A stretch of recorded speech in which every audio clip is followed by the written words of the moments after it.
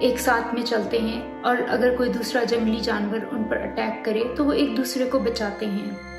اس سے اندازہ ہوتا ہے کہ اخلاقیات مذہب سے نہیں بلکہ جینیٹکس سے، ایوولوشنری بایولوجی سٹینڈ پوائنٹ سے سمجھی جا سکتی ہے۔ ایوولوشنری سائیکالوجسٹ نے ییل یونیورسٹی میں اپنی ریسرچ کی انسانی بچوں پر۔ ننھے بچوں پر اس ریسرچ میں پپٹس کو استعمال کیا گیا۔ لیبز میں انہوں نے یہ دیکھا، بچوں کے سامنے پپٹ شوز کیے جس میں انہوں نے ایک تصویر میں نظر آئے گا آپ کو ایک چھوٹا سا گول پپٹ جو کہ اوپر جانے کی کوشش کر رہا ہے، اور ایک ٹرائنگولر پپٹ جو کہ پیلے رنگ کا ہے، وہ اس کو اوپر جانے میں مدد کرتا ہے۔ اس پپٹ شو کو 3 ماہ کے بچے کے سامنے بار بار دکھایا گیا۔ اسی طرح کے ایک دوسرے شو میں یہی سرخ رنگ کا گول پپٹ اوپر جانے کی کوشش کرتا ہے، جبکہ اوپر سے ایک چوکور شکل کا بلو پپٹ اس کو نیچے دھکیل دیتا ہے، یعنی کہ اس کی مدد کرنے کے بجائے اس کو نیچے پھینک دیتا ہے۔ یہ شو بھی بار بار بچوں کے سامنے دکھایا گیا۔ اس شو کو 3 ماہ کے، 6 ماہ کے اور 12 ماہ کے بچے نے دیکھا۔ جب بچوں کے سامنے یہ پپٹ رکھے گئے تو 3 ماہ کے بچے نے اچھے پپٹ یعنی کہ یلو ٹرائنگولر پپٹ کی طرف دیکھا۔ 6 ماہ کے بچے نے اس پپٹ کی طرف ہاتھ بڑھایا، جبکہ 12 ماہ یا 1 سال کے بچے کو اچھی طرح سے اچھے اور برے یا فیئرنیس کی پہچان ہو جاتی ہے، یعنی کہ اس بچے کو 1 سال کے بچے کو یہ پتا ہوتا ہے کہ اگر کوکیز ہیں تو وہ دوسرے بچوں میں ایکولی ڈسٹریبیوٹ ہونی چاہیے، اگر نہیں ہوں گی تو یہ فیئر نہیں ہوگا۔ ہیومن مورالٹی یا اخلاقیات فلوئڈ ہیں، یعنی کہ ہر وقت کے ساتھ مورالٹی چینج ہوتی ہے۔